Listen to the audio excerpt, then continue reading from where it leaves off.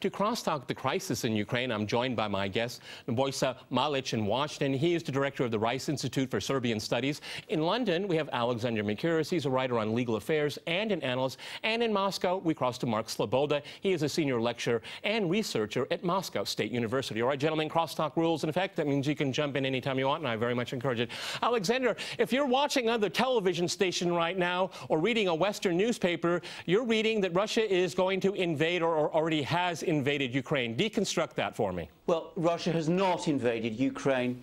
Russia has, the parliament in Moscow, the upper house, passed a vote which said that Mr. Putin is authorized to send troops into the Ukraine to help stabilize the situation there if basically there is a threat to Russian citizens and Russian interests. Now, that is not an invasion. It is not an attack on the Ukraine's territorial integrity.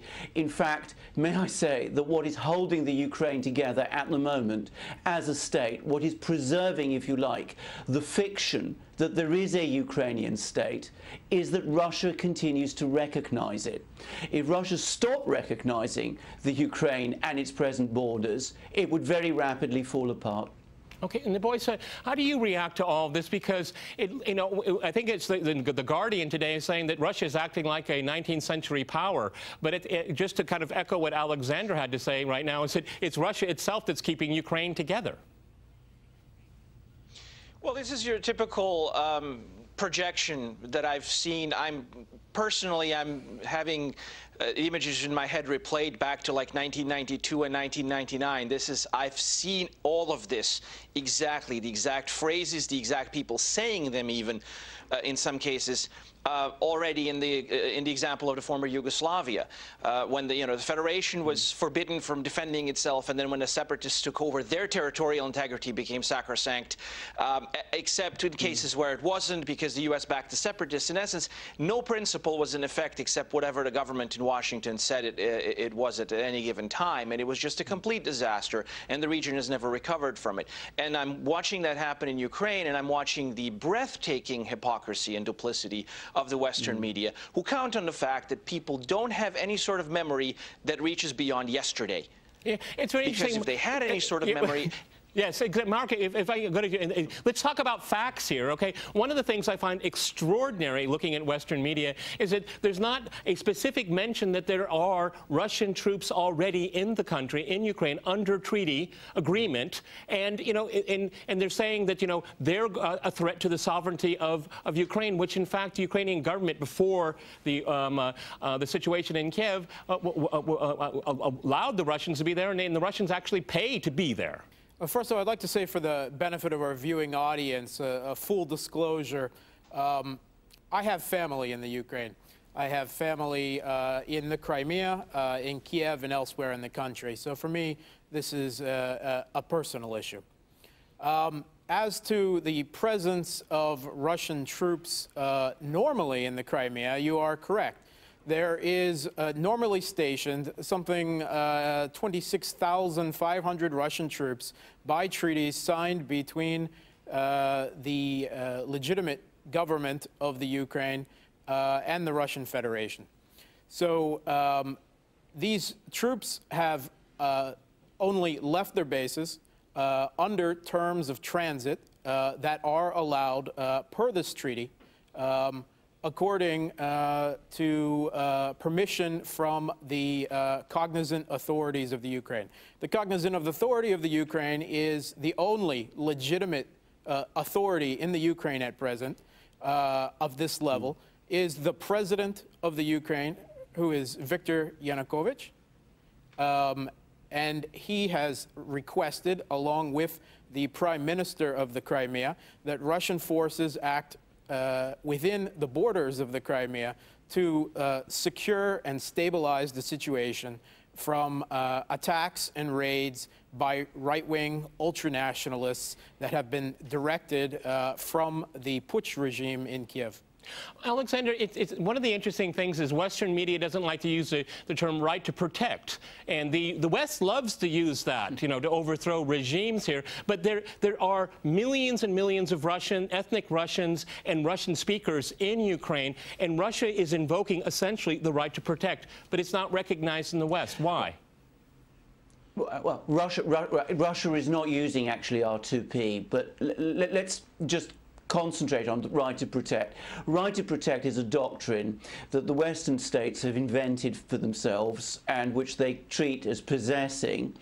And basically, they see themselves as the only people who have a legitimate right to use it. They own it, they use it, they overthrow governments when they want to. And they don't accept that anybody else ever has the right to use it. What Russia is doing is it's not actually using right to protect. It's using something rather more straightforward, which is it's protecting its national interests and its citizens who are in the Ukraine now. Russia has not moved troops into the Ukraine.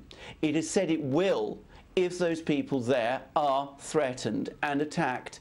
And that is actually a pretty legitimate position. It's one that many states have adopted many times, and I think it is consistent with norms of behaviour that states use. Okay. You know, incidentally, can I just go back to one thing about 19th century policies? What is, of course, actually happening is that the country that's acting in a 19th century way, in the sense that it's trying to expand its influence, is the United States. It takes upon itself the right to expand into other places and overthrow governments there and disregard international law. What it doesn't like is when other countries resist it doing so, and for people to talk about 19th century behaviour in this situation, it is again to turn reality, it seems to me, entirely on its head. Okay, so let me go. I was going to go in that direction anyway. President Obama has warned Russia there will be costs. That sounds like 19th century language to me. Go ahead. What does that mean to you? The voice in Washington. Go ahead. It actually sounds to me like 5th century politics, but 5th century BC. Anybody who's read Thucydides knows that the Athenians came to the island of Melos and said, "Submit or die." And the Melians said, "Well, why do you do this? There are rules among men. You shouldn't oppress us just because you can." And the Athenians said, "Oh, yes, we can, and that's exactly why we're doing it. We're stronger. We'll take you out." And they did that. Of course, they lost that entire war, and that's a lesson that nobody seems to be learning from it. This is remarkably crass, that what I'm hearing, the whole notion of there will be cost of intervention. As I said the other day, Mr. Obama should be taking his own advice and talking to his own people at the State Department, which I don't think he's doing. I think there's a seriously rebel faction within the United States government running its own foreign policy and forcing the president to either accept it or admit that he's powerless. Okay, Mark, one of the things I find very interesting, going back to Victoria Nuland's telephone conversation, it seems to me one of the primary interests that the United States has in Ukraine is it wants Crimea, but that seems like the only place it won't get, depending on how events unfold as we go forward here. Well, I wouldn't say so much that the United States wants the Crimea, although it would certainly like to see the Russian naval base in Sevastopol removed. I don't think that the United States, in and of itself, has a whole lot of interests in the Ukraine. The interest of the United States in the Ukraine is to separate it from Russia. And this is operating under what is actually a 19th century ideology of what has been spoken of many times in the Western press, this idea that they see Russia with the Ukraine as an empire, but Russia without the Ukraine is only a country. And of course, this has actually never been about a Russian empire or Russian having the Ukraine, but it has been about fanning sectarian tensions in order to annex the Ukraine into the European Union and the greater transatlantic community. What we've seen with this attempt, as was cynically displayed in the Nuland tapes, Victoria Nuland, who acting like a U.S. proconsul dictating who the next government of the Ukraine will be, is this is clearly a case of one regime change attempt too many. Putin has drawn a red line and said that enough is enough. Okay, Alexander, this is interesting, a red line. But I think this time Mr. Putin usually really answers to his own questions here. I mean, he says this is a red line. Do you think the Western powers are going to take it seriously, or are they going to miscalculate still again? Well, I don't know that they have actually many options in this situation. A military challenge to what the Russians are doing is simply out of the question. There is no possibility, I think, of Western military intervention in the Ukraine. Mr. Obama talked about costs. The only cost he could come up with was basically ending Russia's membership of the G8. That is a Western directory of the world economy that has well past its sell-by date. I don't think anybody in Russia is very impressed by that. Mr. Putin actually didn't even go to the first G8 summit after he was re-elected president. So they can try a few financial sanctions, but ultimately they need to talk to the Russians. They can't avoid doing that, whatever they may say. All right, gentlemen, I'm going to jump in here. We're going to go to a short break, and after that short break, we'll continue our discussion on Ukraine. Stay with RT.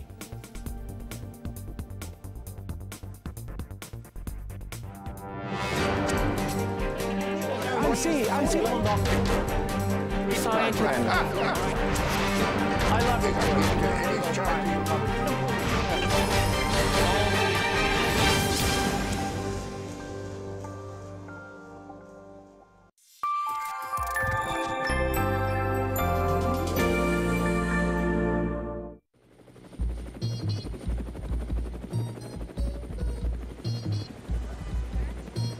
It was a terrible mistake, and we're working very hard to make up for it. Once again, we put something on the air. It's a flat-out lie. Have you ever had sex with Governor Kerry? No, wait. Do not answer that. I want you to watch what we're about to do, because you've never seen anything like this on television.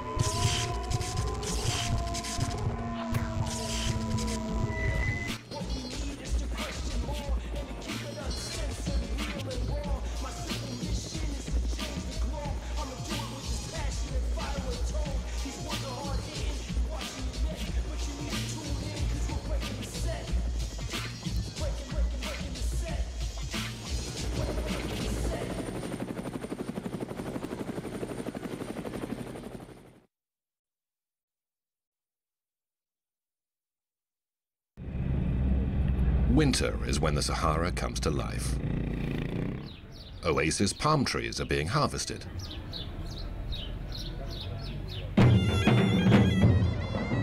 People are waiting for the biggest event of the year, the Desert Festival. This festival is very hard race. Leading camel racers have spent the last year preparing for the grueling marathon. The day before the race, there's a heavy sandstorm. Overcoming the power of nature is a never-ending challenge. Sahara, a desert winter, on RT. The wheel caught on the roadside. The car skidded at breakneck speed and fell into a ditch, and I was thrown out of the car. She was like a broken doll. There wasn't a single whole piece left. I thought if I lived and had a chance to start my life from scratch, I would start making dolls to help children. Right after he was born, the baby was all in casts. His legs are getting bigger, and the orthoses get too small, so we have to order new ones. Svetlana has raised money for us. She helps us to get leg braces. 5 years after my potentially fatal injuries in a car crash, I gave birth to my little Michelle. I think she's my reward for helping all those children. We're selling the dolls to buy life for the children.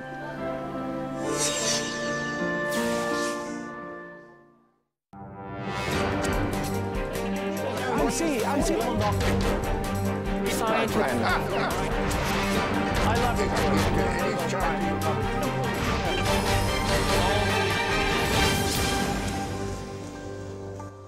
Welcome back to Crosstalk, where all things are considered. I'm Peter Lavelle. To remind you, we're discussing the recent events in Ukraine.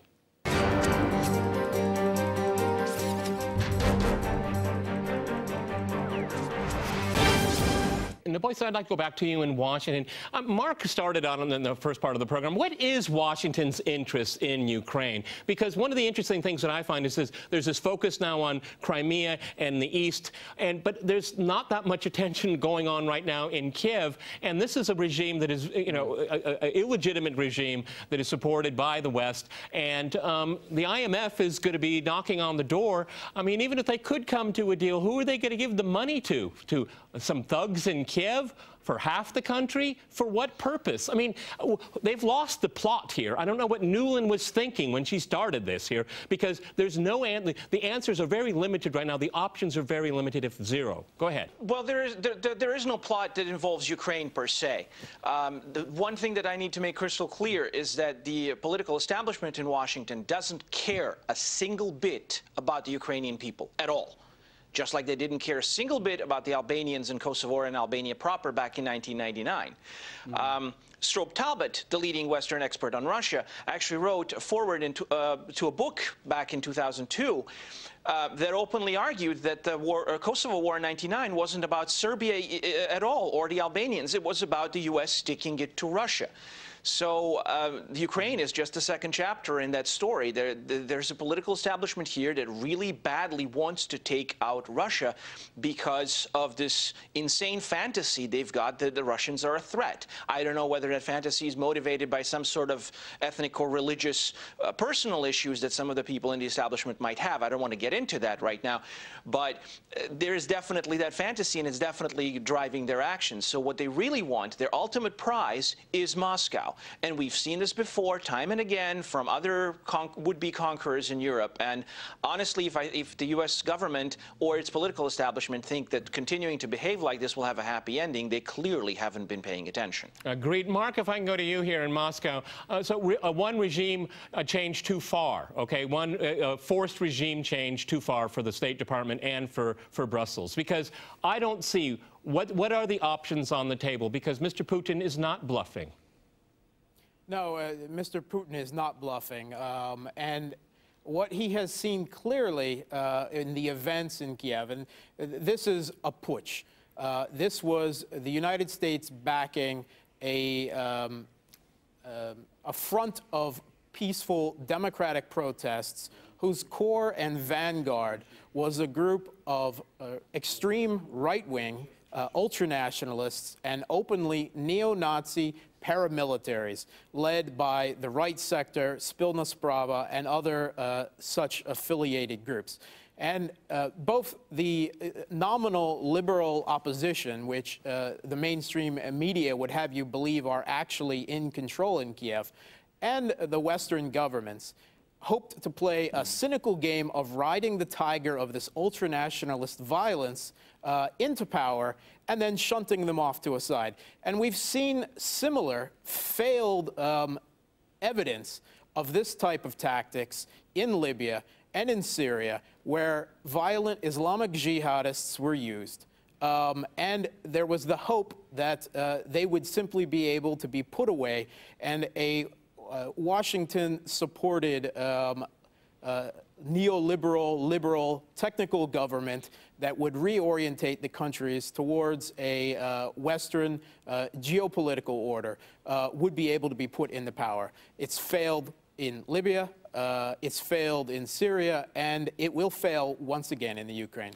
Alexander, it's very interesting here. Over the last few hours and days, there have been many protests or rallies, I would say, in eastern and southern Ukraine, and they're carrying a Russian flag, and they're carrying a placard saying, "I'm Russian."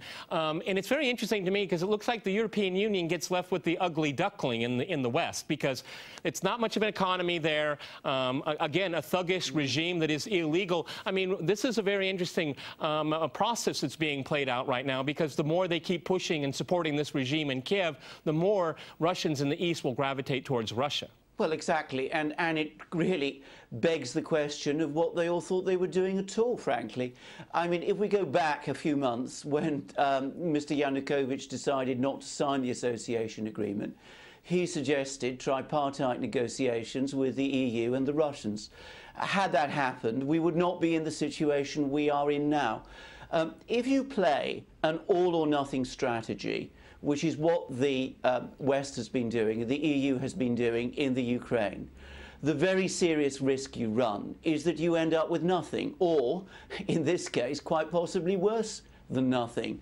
In other words, a broken, economically bankrupt, rump Ukraine, in which there are some extremely dangerous and violent people on the loose, and who will be very, very, very angry if this thing doesn't work out for them.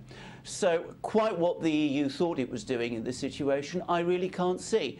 But, as Mark will confirm, people in Washington and to some extent in the EU are actually obsessed with geopolitics. If you read articles in the American academic media, they're full of this sort of thing. And they're constantly trying to play these intricate chess games with countries, manipulating people, violent people, changing governments, doing all these sort of things. And it never seems to work. And they never seem to learn. They never step back and ask themselves, was this right or was this wrong? And, you know, just one very last point. You said that Mr. Putin isn't bluffing. One of the problems is that he's beginning to look increasingly in this situation as if the West was when it comes to Russia in the Ukraine. And now it's they who have their bluff called, and they're looking very foolish. The voice in Washington, it is very interesting because, again, I think we're all in agreement here, Mr. Putin isn't bluffing. So what does the West do now? Does it keep pushing? Does it keep pushing for violence? Does it want a confrontation? Because from what I can see in the east and south of Ukraine, they're very prepared and they don't want this scourge coming to them from Kiev. But the European Union, the Americans, it seems to me they don't have a policy here right now, except for they're really angry that their original plan has failed. That's pretty much it. I don't think the EU is driving much of a muchness here. They were behind that February 21st agreement that the extremists in Ukraine basically violated within hours. And I don't think that the European Union is really being asked for much. I think the American opinion of the EU is very concisely and precisely expressed in Newland's phone conversation. And I think that's the prevailing opinion in the Washington establishment. What Washington is doing, I don't know. I mean, there are things that are looking like what they're doing, and there are things, and those things are completely insane, and I really don't want them to do that because, again, completely insane. A colleague of mine in Serbia said the other day in an interview for another network that the Russians might be playing chess, but the Americans are playing the only games they know, which is poker and American football. So brute force and bluffing. But they're, in this case, they're the scrawny nerd that can't run and can't pass and can't throw the ball, and they're holding a pair of sevens. So I'm honestly not sure who they think they're fooling. They're only fooling themselves. But sooner or later, they're going to have to hit the reality wall and realize that the world is not a toy, that they can't do this to other people, that they can't do this to themselves. And I just hope it's a soft landing, because we are talking about people who are armed with nuclear missiles. Mark, you know eastern Ukraine very well. You told us that you have family there. Describe what kind of people they are and what is their attitude towards Russia. Okay, well, the people of the eastern Ukraine, since the events of 1992, have become rather cynical of politics. They were known particularly for their apathy towards the political spectrum. They are hardworking, pragmatic, and yes, often cynical people. But what we have seen across the east and south of the Ukraine in the last few weeks is a quite unique phenomenon in the politics of the Ukraine and in the former Soviet Union, where you see hundreds of thousands of people taking to the streets and flying Russian flags, not only as a sign of thankfulness for the support of the Russian Federation, but also as an expression of their own cultural, linguistic, and historical identity.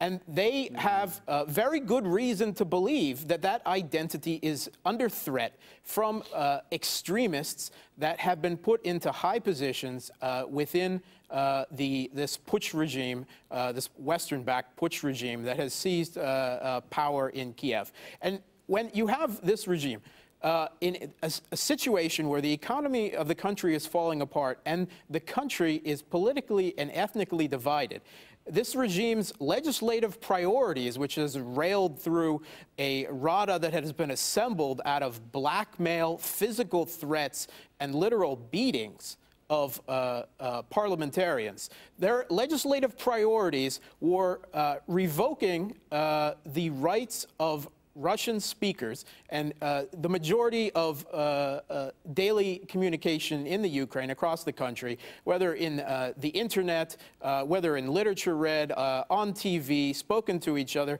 is still Russian. So they removed this right. And one of the other first pieces of legislation they passed was a removal on the ban of Nazi symbology and propaganda, which I don't see how anyone could conceivably argue, as many in the Western press have tried to do, that these right-wing factions, these extreme ultranationalists and neo-Nazis that are right now sitting in positions of power in Mark, Kiev. let me jump in here. Let me give Alexander the last word because we only have like 30 seconds of Alexander. It seems like these radicals in Kiev are actually strengthening the national identity, ethnic identity of the folks in eastern and in southern Ukraine. Absolutely, because what they are wanting to do is to completely change to the Ukraine in order to basically subordinate these people to their own very nationalistic and fascistic ideas. And the people in eastern Ukraine won't accept that. And what they're actually doing is that the people in the eastern Ukraine are Russian-speaking Orthodox Eastern Slavs. They've called themselves Ukrainians because that is the nation, the country in which they live. If that country has no On that point, I really, gentlemen, I wish we had so much more time, but we've run out of time. Many thanks to my guests today in Washington, London, and in Moscow. And thanks to our viewers for watching us here at RT. See you next time, and remember, crosstalk rules.